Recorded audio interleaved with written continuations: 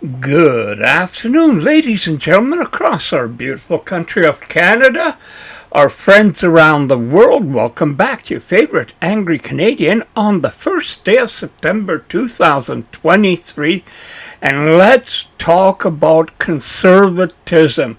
Because right now, there's a lot of people in Canada swinging to the conservative side because little Pierre is going to save us from all the nastiness of Trudeau.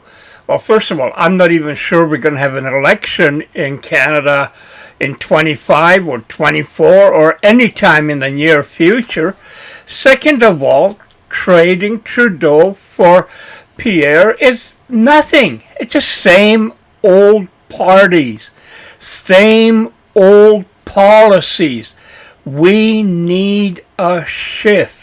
Trudeau, with the help of the WEF and Freeland, is going to destroy Canada to such a state that Canadian middle class is going to be wiped out instantly. I mean, imagine the interest rates, mortgages, house prices, jobs, all of this stuff could be gone. Canadians could be suffering bigly in the second biggest very rich country. How the hell can that happen? Well, it's going to be done on purpose, and I believe the end result they want is for the United States, also a very proud member of the WEF, to absorb Canada into them. So we become kind of like a territory, a possession, whatever, because we got water, resources, oil, you name it. We got it. It's just that our government wants us to be poor, in poverty, impoverished.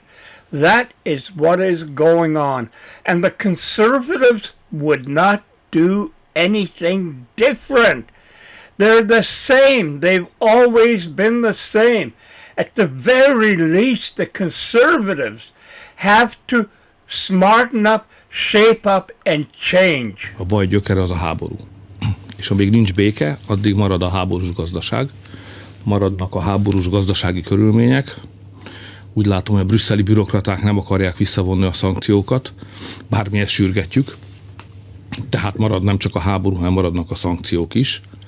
És így marad az a nagyon nehéz környezet, amiben ma működik az európai és a magyar gazdaság. Tehát ha a háború véget érne, mondjuk a felek jobb belátásra térnének és békét kötnének, vagy mondjuk csak az amerikaiak bejelentenék, hogy nem támogatják tovább a háborút, akkor pillanatok alatt megváltozna az a közeg, amiben ma működik az európai gazdaság. Ez a háború már régen nem az ukránok háborúja. Mindösszesen persze ők szenvedik meg, és el leginkább.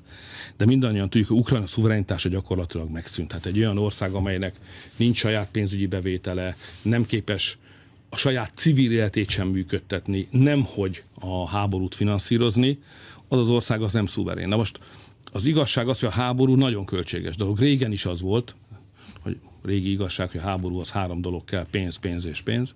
A modern világban még inkább igaz, hogy a fegyverek modernebbé váltak, úgy drágábbak is lettek. Tehát egy háborút vállalni, az egy nagyon súlyos gazdasági tehertételt is jelent. És az ukránoknak elfogyott az erejük. Ma csak a nyugati pénzek tartják életben Ukrajnát, és tartják működőképes állapotban az ukrán hadsereget. Itt 2 kérdés van. Az első dolog, hogy az Egyesült Államok elnöke hogy dönt? Hogyan akar ráfutni a 2024 őszén esedékes amerikai elnökválasztásra? Úgyhogy Amerika még egy ilyen proxy háborúban van lekötve, és vesz részt, és költi számolatlanul a milliárdokat itt Kelet-Európában, vagy egy tűzszünettel és békével akar rámenni a választásra. Ezt mi nem tudjuk. Befolyásolni sem tudjuk, és a kérdést sem tudjuk megválaszolni, ez az amerikaiak döntése.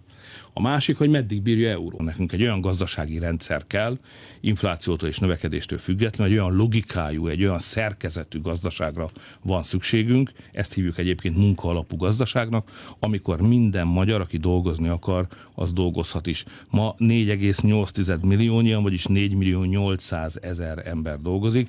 Most megpróbálok visszaemlékezni, hogy volt ez 2010-ben, amikor a szocik letették a lantot. lantot, illetve a nép letetette a szocikkal a lantot, akkor úgy volt, hogy a 3 millió 700 000 ember dolgozott. Most 1 millió a király van a soros birodalom élén, és az amerikaiak nagy nyomást helyeztek Európára. Európa hosszú ideig hezitált. Azt mindenki látta, hogy a német migrációs politika sikertelen volt az elmúlt időszakban. Majd megoldjuk, mondta a kancellárasszony. Aztán persze nem oldották meg. Most, miután ők nem oldották meg, most oldjuk meg, mi megfogadjuk be tőlük azokat, akiket szét akarnak osztani. Kiderült, hogy óriási biztonsági kockázata van mindennek. Megnőtt a terrorcselekmények száma, és a közrend számos országban a fölbomlás határához érkezett, ha nem is egész országokban, de egyes városokban és régiókban mindenképpen riasztó híreket lehet hallani.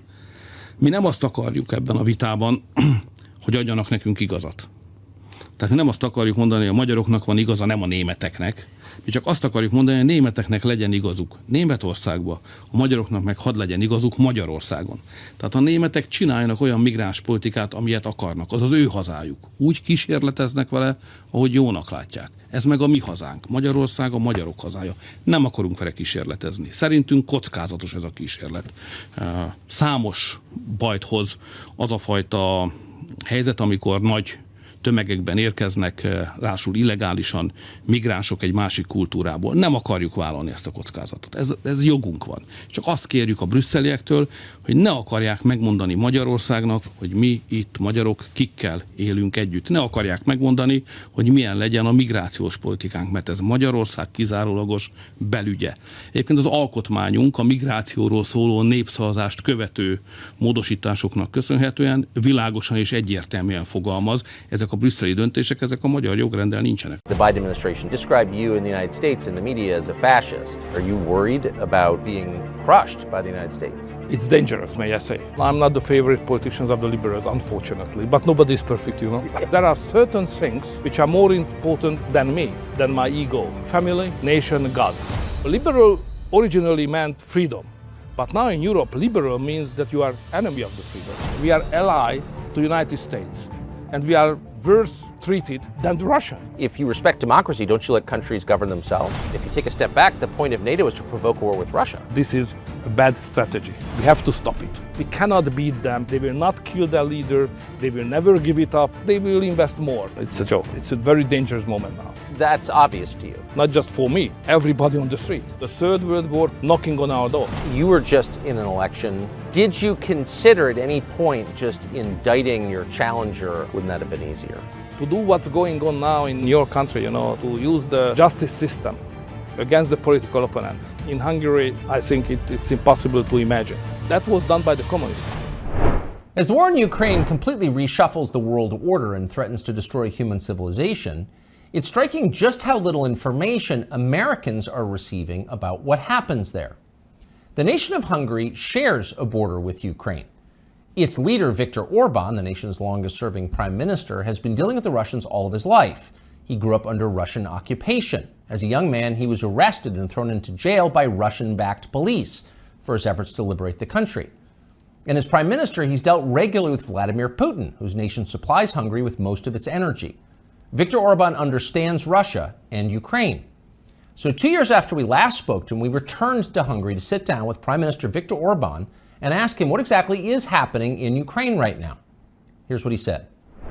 So in the United States, the view is that Ukraine is winning this war. It doesn't sound like that's true. No, it's a lie. It's not just a misunderstanding. It's a lie. It's impossible. Everybody who's in politics and understand the logic, the figures, the data, no way. Why is it impossible? Because that way, the poor Ukrainians die every day. Yes. Hundreds and thousands, you know. So my heart is with them. So it's tragedy. It's tragedy for Ukraine. But they will run out earlier from the soldiers, number of soldiers, than the Russians. What finally will count is boots on the ground. And the Russians are far stronger, far numerous, more numerous There's more than of Ukrainians. them. Many more. So this strategy, what we are just supporting, is a bad engineering of the strategy. So if the Biden administration has said our goal is to beat Russia, is to effect regime changes to kill Putin and take him out of power. You know, they misunderstand probably the Russians. You know, to understand the Russians, it's a difficult thing, especially if you have an ocean between you and Russia. So when we speak about politics, I mean Westerners, what is the focus point of our conversation? The focus point is freedom. How to provide more and more freedom to the people. Yes. When you speak on politics in Russia, this is not the number one issue. The number one issue, how to keep together the country, because the country is very big.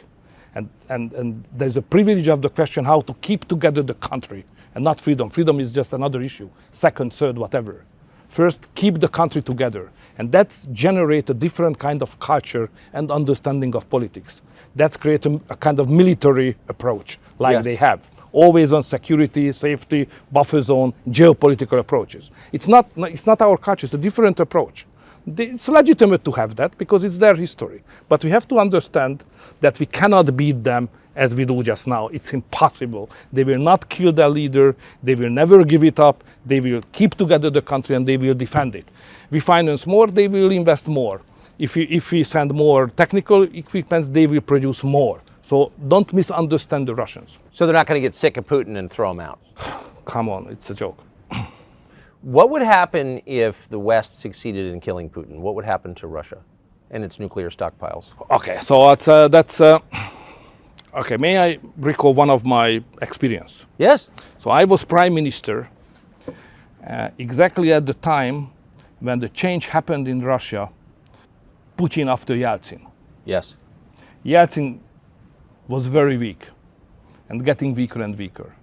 And I do remember the fear of that time here in Hungary and in Europe as well, whether there will be a new leadership or not.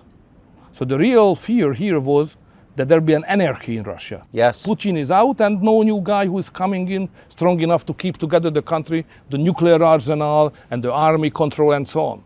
So everybody was happy when realized that after Yeltsin, Putin come in and started to control the military and the Russian power as a leader. So everybody was happy. I do remember that. So now Putin is in power for long, long years. We forgot about how dangerous when there is no strong leadership or interregnum in Russia.